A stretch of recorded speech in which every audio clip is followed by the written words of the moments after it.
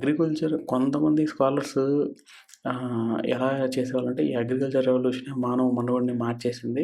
అసలు దానివల్లే మానవుడు ఇంత ముందుకెళ్ళిపోయాడు. తన బ్రెయిన్ వల్లే ఈ అగ్రికల్చర్ చేయాలి అన్న థాట్ తనకొచ్చేసింది. తను ఇంకా ఇంటెలిజెంట్‌గా తయారయ్యాడు. ఆ స్మార్ట్ సెన్స్ వల్ల తను నేచర్ యొక్క సీక్రెట్స్ కనుక్కోవడము, ఈ గొర్రెల్ని, ఆవుల్ని ఎలా మేపాలి, అసలు వీటిని ఎలా కల్టివేట్ చేయాలి, వాటికి ఏం అవసరం అని తెలుసుకోవడము, ఇవన్నీ చేయడం స్టార్ట్ చేశాడనేది మనం చూస్తూ ఉంటాం అన్నమాట. కానీ ఇది ఒక పొక్కిడి పురాణం లాంటిదే. సో, ఇందులో ట్రూత్ లేదు. అంటే మనం అగ్రికల్చర్ చేయడం వల్ల ఇంటెలిజెంట్‌గా టైమ్‌తో పాటు తయారు చేసామనేది తెలీదు. అలాగే ఫోరేజర్స్ అంటే హంటర్ గ్యాదరింగ్ ఉన్న టైంలోనే మనం చూసాం. వాళ్ళకి సర్వైవల్ కోసం చానా చుట్టుపక్కల ప్రాంతాల మీద చానా నాలెడ్జ్ ఉండేది.